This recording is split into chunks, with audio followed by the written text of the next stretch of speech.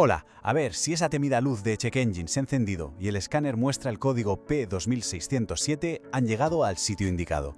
Hoy vamos a ver qué significa exactamente, por qué salta esta alarma y sobre todo cómo se puede solucionar sin dejarse un dineral en el taller.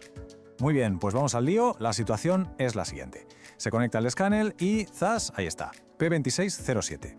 Antes de que la mente se ponga a pensar en facturas de taller de esas que asustan, respiremos hondo, porque la verdad es que este código nos da una pista muy concreta sobre el problema. Esta es la definición oficial, la técnica. Circuito del calentador de aire de admisión B bajo. Si lo traducimos a un lenguaje que entendamos todos, significa que el ordenador del coche ha detectado un voltaje demasiado bajo en el sistema que calienta el aire antes de que entre el motor. Y esto, como veremos, es clave para arrancar bien en frío. Pero vamos a ver, ¿qué es exactamente este calentador y por qué es tan importante que funcione como debe? Es crucial entender su función para saber por qué el coche se está quejando. La mejor forma de imaginárselo es, sin duda, esta. Es como una tostadora para el motor. Su única misión es calentar un poco el aire frío antes de que entre en los cilindros, para que el arranque sea mucho más suave. Esto es importantísimo, sobre todo en motores diésel, que lo activan cuando la temperatura baja de unos 40 grados. Si falla, al coche le va a costar un mundo despertarse por la mañana. Vale, de acuerdo. Calienta el aire, eso ha quedado claro. Pero ¿y qué pasa si no funciona? ¿Cómo se nota esto en el día a día? Vamos a ver los síntomas que este problema provoca en el mundo real. Pues aquí es donde un código abstracto se convierte en un problema de verdad. Lo más evidente, claro, es la luz de Check Engine, ahí, encendida en el cuadro. Pero además, se nota que al coche le cuesta muchísimo arrancar en frío, que el motor tiembla o va a tirones los primeros segundos e incluso se puede ver un humo blanco saliendo por el escape. Todos estos son síntomas claros de que la combustión no es buena porque el aire está demasiado frío. Bien, ya conocemos los síntomas. Ahora toca ponerse la gorra de detective. ¿Quién es el culpable que se esconde detrás de este código? Vamos a echar un vistazo a los sospechosos habituales. Y como podemos ver aquí, la mayoría de las veces el culpable es mucho más simple de lo que parece. La causa número 1 con diferencia suele ser un relé defectuoso. Muy de cerca le siguen un cable roto o un conector que está sucio y no hace buen contacto.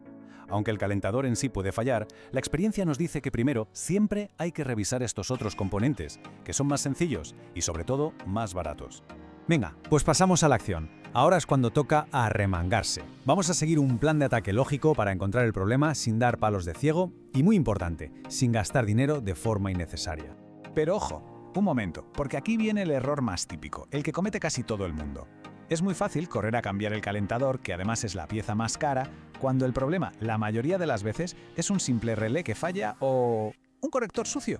La regla de oro aquí es clarísima. Hay que empezar siempre por lo más sencillo y lo más barato. Es fundamental no saltarse pasos. Bueno, pues este es el plan. Primero, una buena inspección visual. Buscamos cables quemados, conectores sueltos, óxido, lo típico. Segundo, con un multímetro a mano, comprobamos la continuidad para estar seguros de que no hay ningún cable roto por dentro. El tercer paso es crucial, probar el relé. Aquí suele estar el meollo de la cuestión. Si todo eso está bien, ya pasamos a medir la resistencia del propio calentador. Y solo como último recurso, comprobamos la señal del módulo de control. Y una vez que hemos encontrado el fallo, la reparación sigue la misma lógica. Si es el relé, se cambia y punto. Si es un cable, se repara. Si son los conectores, se limpian bien y se aprietan. Solo si las pruebas apuntan directamente a él, se sustituye el calentador. El módulo del motor se deja para el final del todo, ya que es el sospechoso menos probable y el más complicado de solucionar. Y con esto llegamos al final.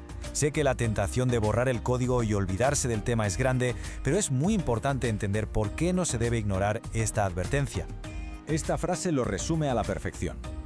Ignorar el código P2607 no es solo aguantar una luz molesta en el salpicadero.